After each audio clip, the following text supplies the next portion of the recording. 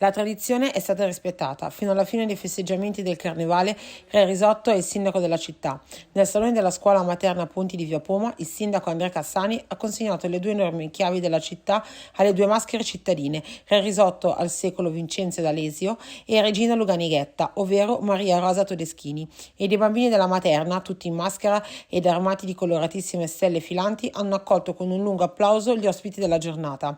Sono onoratissimo di sostituire il grande Pietro Trenconi, afferma D'Alesio. È un onore ricevere le chiavi della città, che userò per aprire le porte di portoni per far entrare una boccata d'aria e di festa per tutti i gallaratesi.